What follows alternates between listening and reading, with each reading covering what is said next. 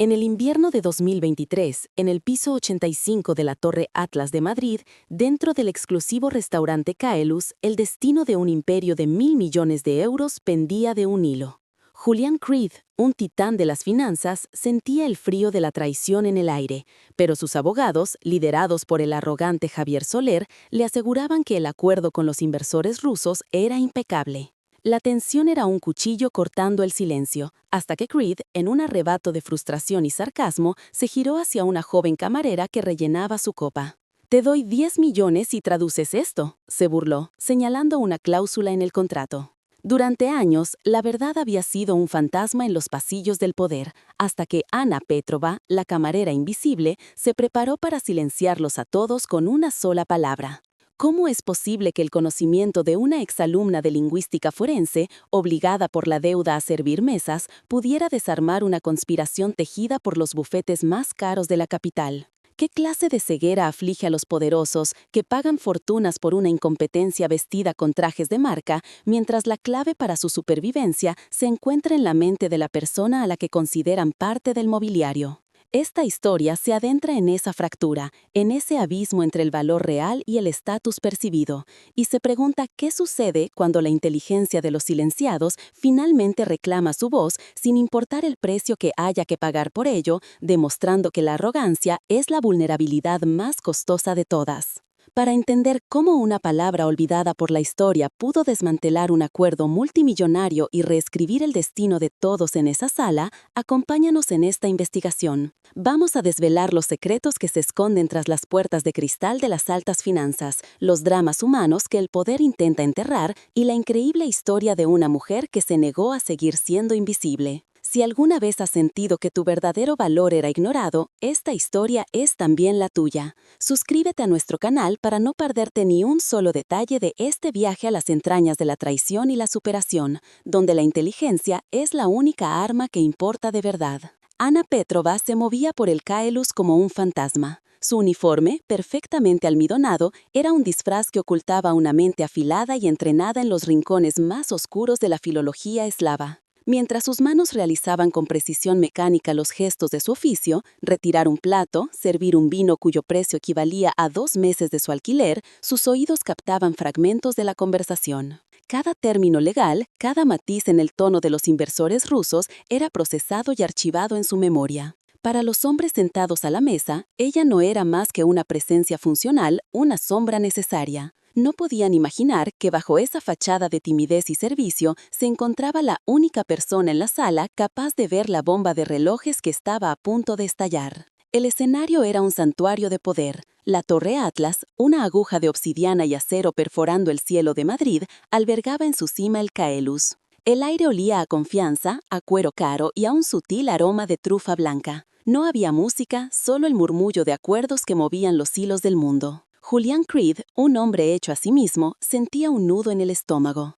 Su instinto, esa brújula que lo había convertido en multimillonario, le gritaba que algo en el anexo del contrato olía a trampa. Pero Javier Soler, su abogado principal, un producto de las mejores escuelas de negocios, desestimaba sus preocupaciones con una sonrisa condescendiente. Estaba ciego, no por falta de inteligencia, sino por un exceso de arrogancia que le impedía ver la verdad.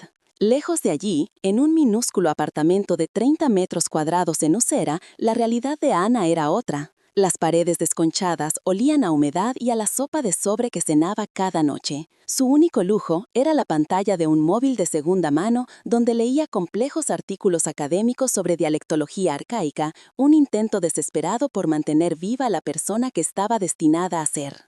Cada paso que daba en el Caelus con sus zapatos baratos era un recordatorio de la deuda médica que ahogaba a su familia, del tratamiento experimental de su hermano pequeño. El silencio no era una opción para ella, era una necesidad. Interrumpir a aquellos hombres no solo significaría el despido, sino el fin de la única esperanza para los suyos. El arquitecto de esa ceguera era Javier Soler. Su traje de Tom Ford era una armadura contra la duda. Para él, el mundo estaba perfectamente ordenado. Había gente como él, que tomaba decisiones, y gente como Ana, que las obedecía. Su poder no residía en su conocimiento, sino en el desprecio sistémico que valida su posición.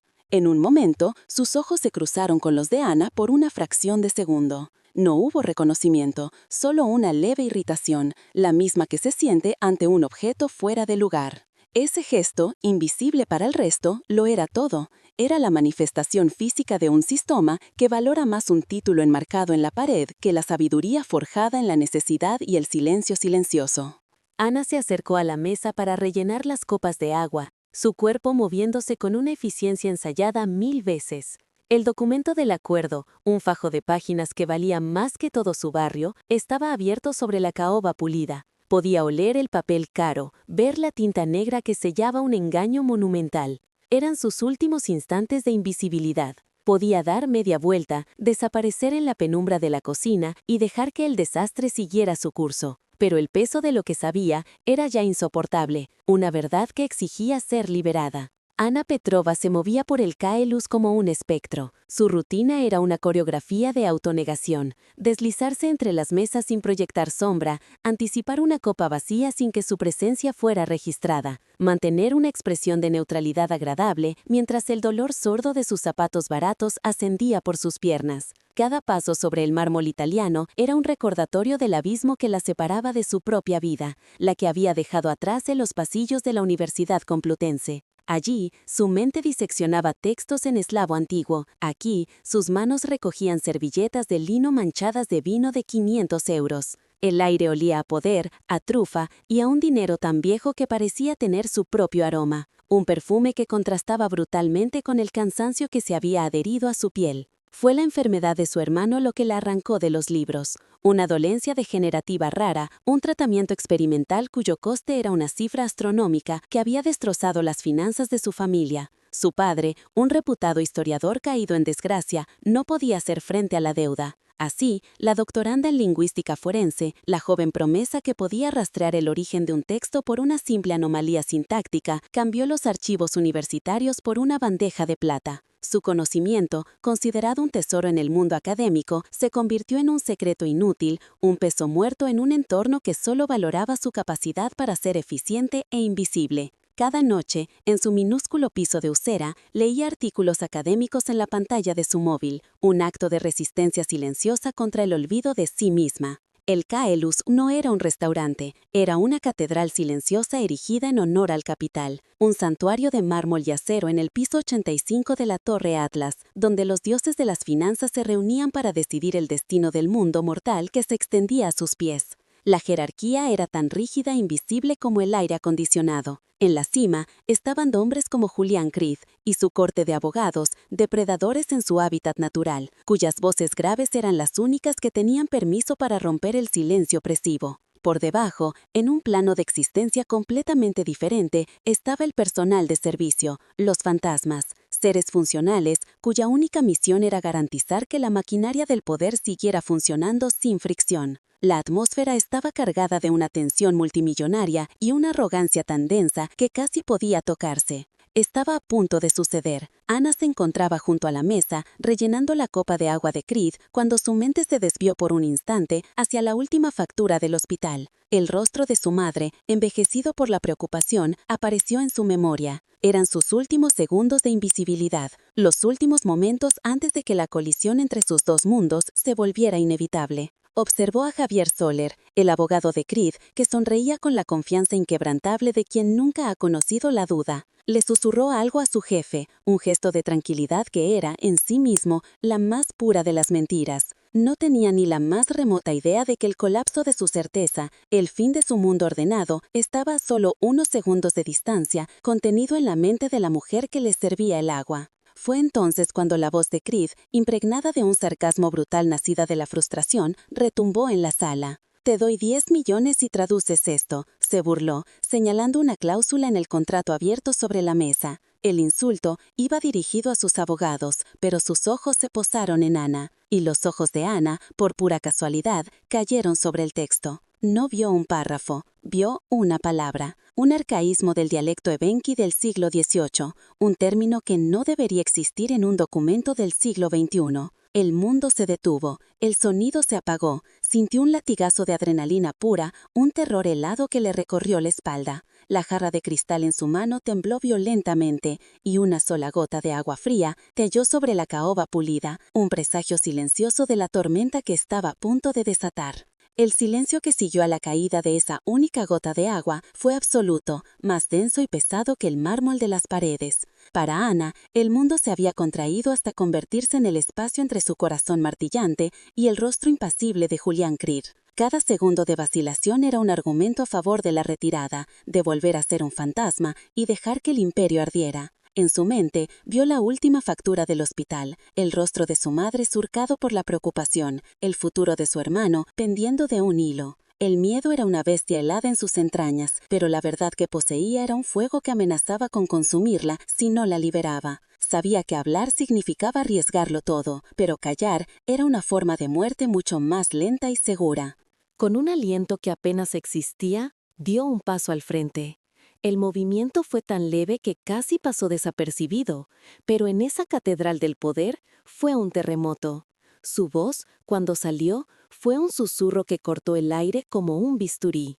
«Señor», dijo, dirigiéndose a Creed, «eso no es un error de traducción, es una palabra». Javier Soler soltó una risa corta, incrédula, un sonido feo y metálico que rompió el tenso respeto de la sala. El desprecio en su mirada era un arma. Roberto, el gerente del restaurante, apareció en el umbral de la cocina, con el rostro desencajado por el horror ante aquella ruptura catastrófica del protocolo. Pero Julián Creed no la despidió, la observó con una intensidad analítica e inquietante, como si estuviera viendo a una persona por primera vez. Si alguna vez has sentido el peso de que el mundo ignore tu talento, de que tu conocimiento sea un tesoro enterrado bajo capas de prejuicio, dale a me gusta a este video y suscríbete al canal. Lo que Ana está a punto de hacer cambiará no solo su vida, sino la forma en que percibes el poder del conocimiento.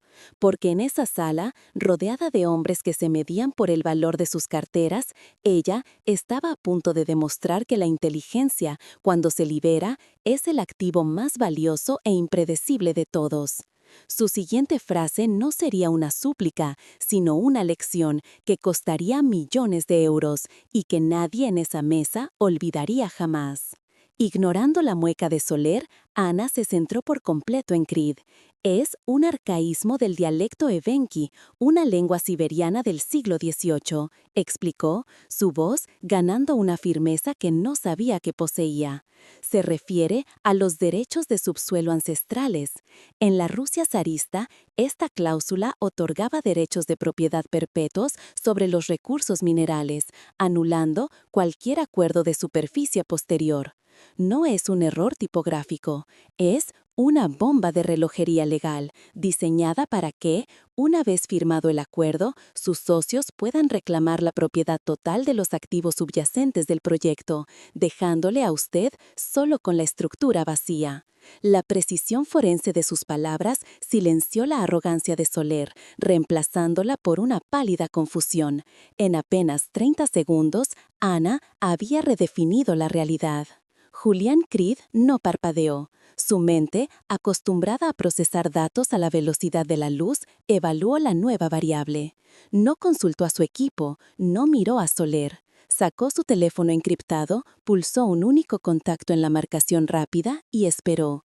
«Sergei», dijo con una calma glacial, «pon a tu mejor historiador legal al teléfono, ahora».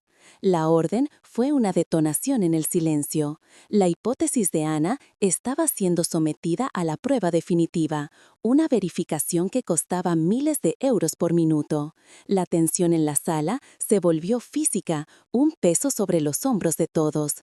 Javier Soler parecía haber encogido dentro de su traje de miles de euros, su mundo de certezas desmoronándose ante la palabra de una camarera a la que pagaban el salario mínimo. Mientras la llamada continuaba en altavoz, con una voz experta confirmando cada detalle desde Moscú, Creed hizo un gesto imperioso con la mano. «Siéntese», le ordenó a Ana. No fue una invitación, fue un mandato que reconfiguró el universo de esa sala. Ana, temblando, ocupó una de las sillas de cuero, su modesto uniforme negro, una mancha de realidad en un mar de trajes a medida.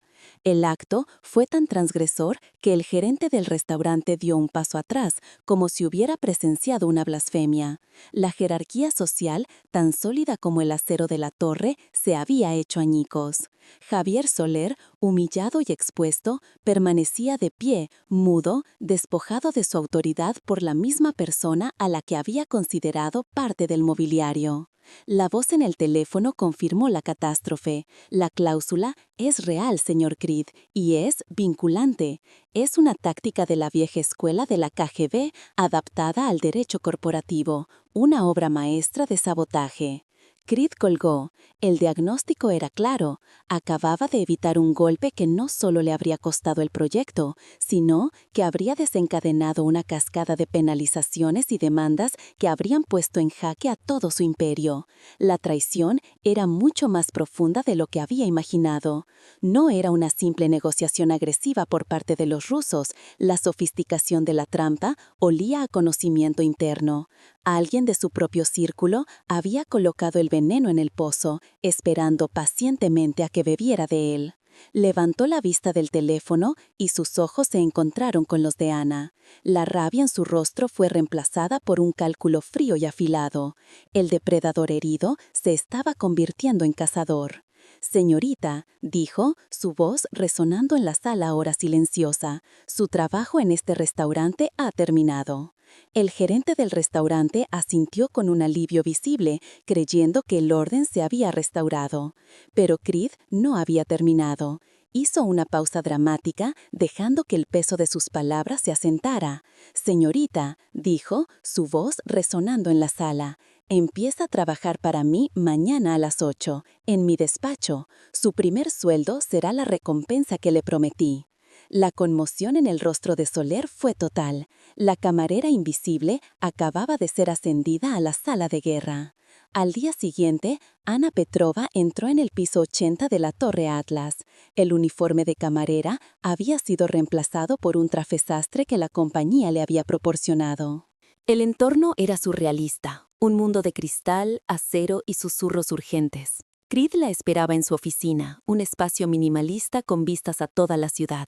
Sobre la mesa no había informes financieros, sino transcripciones de llamadas y registros de correo electrónico. «No estamos buscando al traductor sobornado», le dijo Creed, su voz desprovista de toda emoción. «Él es solo el arma. Estamos buscando al titiritero, al fantasma dentro de mi organización que apretó el gatillo. Y usted, con su habilidad para ver lo que nadie más ve, es la única persona en la que confío para encontrarlo». La tarea era hercúlea. Ana ignoró los balances y las proyecciones de flujo de caja, se sumergió en el único lenguaje que entendía, el de las palabras. Durante días analizó cientos de correos electrónicos encriptados, comunicaciones internas y borradores de contratos, buscando no lo que se decía, sino cómo se decía. Aplicó los principios de la estilometría, buscando patrones anómalos, la huella dactilar lingüística de un autor oculto, y entonces la encontró. No era una palabra, sino la ausencia de ellas. En los mensajes del traductor sobornado había una ausencia total de contracciones, un formalismo impropio de su estilo habitual. Era el estilo de otra persona, alguien mayor, más académico. El traductor no era el autor de la traición, era simplemente el mensajero. Había encontrado al fantasma en la máquina. Ana está a punto de usar no solo la lingüística, sino 3 idiomas para desenmascarar la traición. Antes de revelar qué fue lo que dijo en esa sala de conferencias, suscríbete al canal y activa las notificaciones. El desenlace de esta trampa es la prueba definitiva del poder que reside en quien ve lo que nadie más es capaz de ver. La trampa se desplegó en una sala de conferencias con vistas al Danubio, en Budapest. El aire estaba cargado con el aroma del café húngaro y una tensión de 1.000 millones de euros. En la enorme pantalla de la pared, el rostro de Walter Pendleton, el mentor de Creed y arquitecto de la traición, observaba con una confianza paternalista. No sabía que cada uno de sus gestos estaba siendo analizado. Julian Creed presentó a Ana, no como una lingüista, sino como su nueva analista de riesgos estratégicos. Con una calma que desmentía el torbellino en su interior, Ana comenzó su presentación. Habló de una supuesta vulnerabilidad crítica en el sistema de encriptación cuántica de la compañía, una mentira perfectamente elaborada, una pieza de cebo irresistible para el hombre que creía tener todas las llaves del reino. Ana detalló con una precisión técnica abrumadora la solución, un nuevo protocolo de seguridad que en realidad era una jaula digital. Explicó cómo el sistema crearía un falso apretón de manos para cualquier intento de intrusión, aislando y registrando la identidad del atacante en tiempo real. Usó un lenguaje tan denso y convincente que era inexpugnable. En la pantalla, la expresión de Pendleton comenzó a cambiar. Su sonrisa de superioridad se tensó en los bordes. No entendía la mecánica cuántica, pero sí entendía que la puerta trasera que planeaba usar para el sabotaje final estaba a punto de cerrarse para siempre.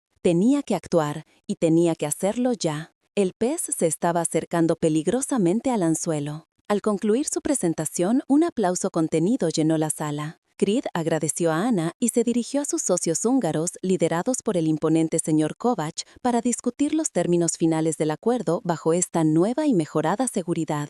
Fue el momento exacto que habían previsto. En la pantalla, la máscara de serenidad de Pendleton se resquebrajó. Sus ojos, antes fijos y controladores, ahora se movían con nerviosismo, delatando un pánico creciente. Discretamente, sus manos se deslizaron hacia su propio dispositivo, creyendo que el ángulo de la cámara lo ocultaba. Estaba a punto de enviar la orden de abortar a sus activos, la señal de que la operación había sido comprometida. La trampa estaba a segundos de cerrarse. Justo cuando los dedos de Pendleton rozaban la pantalla de su dispositivo, la voz de Ana resonó de nuevo, esta vez en un húngaro impecable, dirigiéndose directamente al señor Kovács. Le agradeció su paciencia con un antiguo proverbio magiar sobre la confianza que tarda años en construirse y segundos en romperse. El cambio de idioma sorprendió a todos. Acto seguido, giró su rostro hacia la cámara y, cambiando a un inglés afilado como el cristal, miró directamente a los ojos de Pendleton. «Por supuesto, señor Pendleton», dijo, «nuestras mayores vulnerabilidades nunca son técnicas,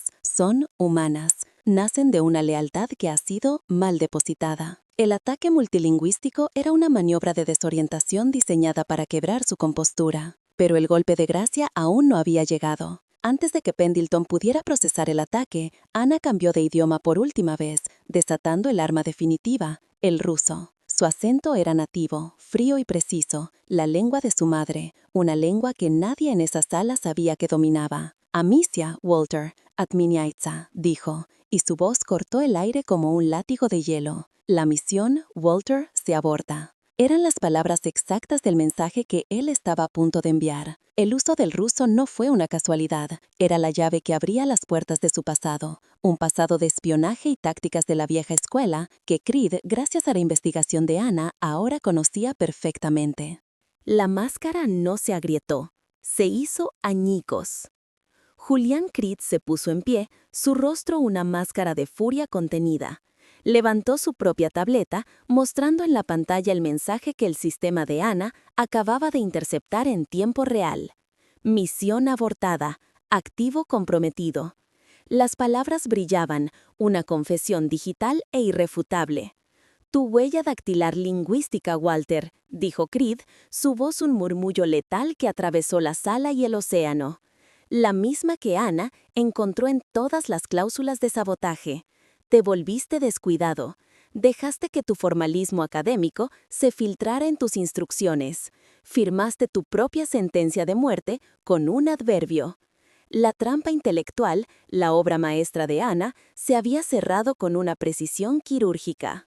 En la pantalla, el rostro de Walter Pendleton se vació de todo color. La imagen del mentor sabio, del pilar de la compañía, se disolvió en un instante, revelando la cara demacrada y aterrorizada de un traidor descubierto. Abrió la boca para hablar, para negar, pero solo un sonido ahogado, un estertor de derrota, logró escapar. Sabía que todo había terminado. El mundo digital que había utilizado como arma se había convertido en su celda, y cada persona en esa sala de Budapest era testigo de su humillación, un castigo mucho más profundo y duradero que cualquier pérdida financiera. Su legado se había convertido en cenizas ante sus propios ojos. Con un gesto rápido y cortante de su mano, Julián Creed dio una orden a su jefe de seguridad que esperaba fuera del plano de la cámara. La línea está desconectada, Walter, anunció Creed, su voz tan gélida como la de un juez dictando sentencia. Se inclinó hacia la cámara, asegurándose de que el traidor escuchara sus últimas palabras. Mi equipo de seguridad te está esperando en tu despacho. No te molestes en correr. Nunca estuvimos protegiendo solo los datos, nos estábamos protegiendo de ti. La señal de video se cortó, dejando en la pantalla un vacío negro y absoluto donde antes había estado el rostro de su mayor traición. Un silencio denso, casi sagrado, se apoderó de la sala de conferencias. Entonces, el señor Kovacs, el magnate húngaro, que había permanecido impasible durante todo el drama, levantó lentamente su copa de agua. Primero miró a Creed y después, deliberadamente, buscó la mirada de Ana. Una sonrisa lenta y cargada de conocimiento se dibujó en su rostro. Le dedicó un leve asentimiento, un gesto de profundo respeto. En el lenguaje silencioso de los depredadores, estaba reconociendo que un verdadero tiburón había sido salvado de ser devorado por otro, no por la fuerza, sino por el intelecto superior de una cazadora inesperada. El brindis no era por el acuerdo, era por la magistral lección de justicia que acababan de presenciar. El vuelo de regreso a Madrid no fue un simple viaje de negocios, era el desfile de la victoria. Ana miraba las nubes desde la ventanilla del jet privado de Creed, el uniforme de camarera, un recuerdo surrealista de otra vida. Creed rompió el silencio, su voz más vulnerable de lo que ella jamás la había oído. Yo no estaba ciego por arrogancia, confesó, estaba ciego por lealtad. Él era mi mentor. Y en ese momento, en la opulencia presurizada a 30.000 pies de altura, el tiburón no solo había sido salvado, había sido curado de su ceguera por la mujer a la que apenas había visto unas semanas antes. Nada, absolutamente nada, volvería a ser como antes. La nueva oficina de Ana Petrova no se parecía en nada a la de los demás ejecutivos. Ocupaba una esquina del piso 80, pero en lugar de gráficos de rendimiento y proyecciones de mercado, sus paredes estaban cubiertas de mapas históricos y estanterías con volúmenes encuadernados en cuero sobre dialectología siberiana. Su principal herramienta de trabajo no era una terminal de Bloomberg, sino un software de análisis estilométrico de última generación. Julián Creed la había bautizado, en la intimidad de su círculo de confianza, como la guardián de los fantasmas, la mujer encargada de leer las sombras, de encontrar las verdades enterradas en los márgenes de los documentos legales y en la sintaxis de un correo encriptado. Había pasado de ser invisible a ser la única persona a la que se le pagaba por ver lo que nadie más podía. El olor a humedad de Usera había sido reemplazado por el aroma a papel antiguo y a ozono de los servidores. Javier Soler no fue despedido. El sistema, en su infinita capacidad para proteger a los suyos, le concedió una salida más cruel y silenciosa. Fue relegado a un puesto de consultor senior, una jaula de oro con un sueldo exorbitante y cero responsabilidades. Su despacho, antes un centro de poder, se convirtió en una tumba de cristal desde la que observaba a Ana Petrova entrar en las reuniones de las que él había sido excluido. Se convirtió en un fantasma corporativo, un recordatorio andante del precio de la arrogancia. Su traje de Tom Ford seguía impecable, pero sus ojos habían perdido el brillo del poder, reemplazado por el rencor opaco de un hombre que había sido intelectualmente desmantelado por la misma persona a la que había considerado menos consciente que la copa de cristal que ella rellenaba. Su castigo no fue la ruina, sino la irrelevancia. El colapso de Walter Pendleton fue absoluto. Los archivos desencriptados por el equipo de seguridad de Creed, guiados por los patrones lingüísticos que Ana había identificado, revelaron un abismo. Inversiones desastrosas en biotecnología lo habían llevado al borde de la bancarrota personal. Pero más allá del dinero, los registros de sus comunicaciones privadas desvelaron un resentimiento profundo y enconado hacia el éxito de su antiguo protegido. Se sentía eclipsado, traicionado por el mismo hombre al que había moldeado. La traición no fue solo un acto de codicia, sino un intento desesperado por destruir el legado de Creed antes de que consumiera por completo el suyo. Enfrentado a cargos de fraude y espionaje corporativo, su nombre, antes sinónimo de sabiduría financiera, fue borrado de todas las juntas directivas, convirtiéndose en una nota a pie de página en la historia de la compañía que había intentado aniquilar. Julián Creed seguía siendo un depredador, pero ahora cazaba con una nueva clase de agudeza. La ceguera de la lealtad había sido curada con el antídoto de una traición devastadora. Su confianza, antes depositada en títulos y reputaciones, ahora se basaba en una métrica mucho más difícil de cuantificar: la integridad intelectual. Semanas después del incidente, durante la negociación de una fusión en Frankfurt, detuvo a sus abogados en mitad de una presentación. Hizo una videollamada a Ana. No le preguntó por una cláusula, sino por el tono de su homólogo alemán. «¿Qué te dice su elección de palabras, Ana?», preguntó. «¿Está confiado o está escondiendo algo?». La sala de juntas alemana guardó silencio, perpleja, mientras el titán español esperaba el veredicto de su misteriosa asesora. Había aprendido que el mayor riesgo no siempre se encuentra en los números, sino en las intenciones humanas que los manipulan. El verdadero significado de la victoria no se materializó en una sala de juntas, sino en el pasillo silencioso de un hospital madrileño. Ana observaba a través de un cristal a su hermano, que, por primera vez en meses, daba unos pasos vacilantes con la ayuda de un fisioterapeuta. El tratamiento experimental, ahora totalmente financiado por la Fundación de Creed, estaba funcionando. Su madre, sentada a su lado, lloraba en silencio, no de tristeza, sino de un alivio tan profundo que era doloroso. En ese momento, Ana comprendió que la batalla en el Keylus nunca fue por un contrato de 1.000 millones de euros, fue por esto. Fue por la oportunidad de reescribir un futuro que parecía sentenciado, por transformar el conocimiento de lenguas muertas en la posibilidad de una vida nueva. La lingüística forense no había salvado un imperio, había salvado a su familia. Fiel a su palabra, Julián Creed no solo financió el doctorado de Ana, sino que le dio los medios para crear un legado propio. Nació así la Beca Petrova, un fondo administrado por la Universidad Complutense y dotado con una suma millonaria, destinado a apoyar a estudiantes de humanidades de familias trabajadoras. Su misión era explícita: asegurar que ninguna mente brillante se viera obligada a abandonar su pasión por la necesidad económica, que ningún conocimiento valioso fuera silenciado antes de tener la oportunidad de cambiar el mundo. La primera becada fue una joven de Vallecas, una experta en papirología griega, cuya familia no podía permitirse el coste de sus estudios. Ana se había convertido en la guardiana no solo de los fantasmas de Creed, sino de todos los futuros talentos que, como ella, esperaban en las sombras a que alguien finalmente los viera. La historia de lo que ocurrió en el piso 85 de la Torre Atlas se convirtió en una leyenda susurrada en los círculos financieros de Madrid, una fábula moderna sobre el poder y la ceguera. Se la conocía como la paradoja de la camarera. Se contaba que algunos directores ejecutivos empezaron a mirar a su personal de servicio de otra manera, no con condescendencia, sino con una pizca de curiosa incertidumbre, preguntándose qué secretos, qué conocimientos insospechados podrían esconderse detrás de esos uniformes anónimos. La arrogancia, durante un breve instante, dejó de ser vista como una insignia de honor y pasó a ser considerada una vulnerabilidad estratégica.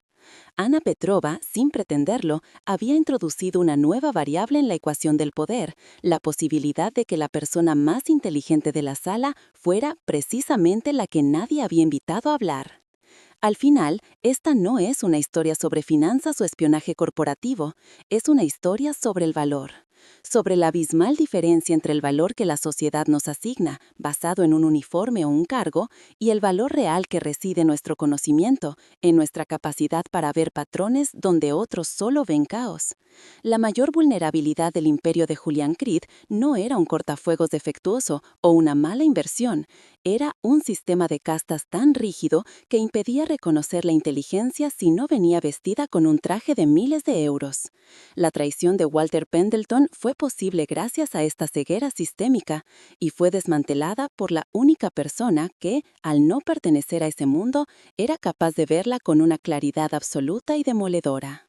En cada organización, en cada sala de poder, existen fantasmas como Ana Petrova. Son los asistentes silenciosos, los técnicos discretos, los empleados de limpieza que escuchan conversaciones que nadie cree que están registrando. Son los guardianes de verdades incómodas, poseedores de un conocimiento de campo que los ejecutivos, aislados en sus torres de cristal, han perdido por completo.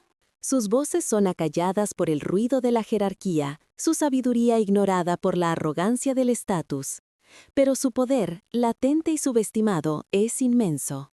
Son la variable imprevista que puede salvar un imperio o verlo arder, dependiendo únicamente de si alguien, en el momento crucial, se atreve a hacer la pregunta correcta a la persona equivocada.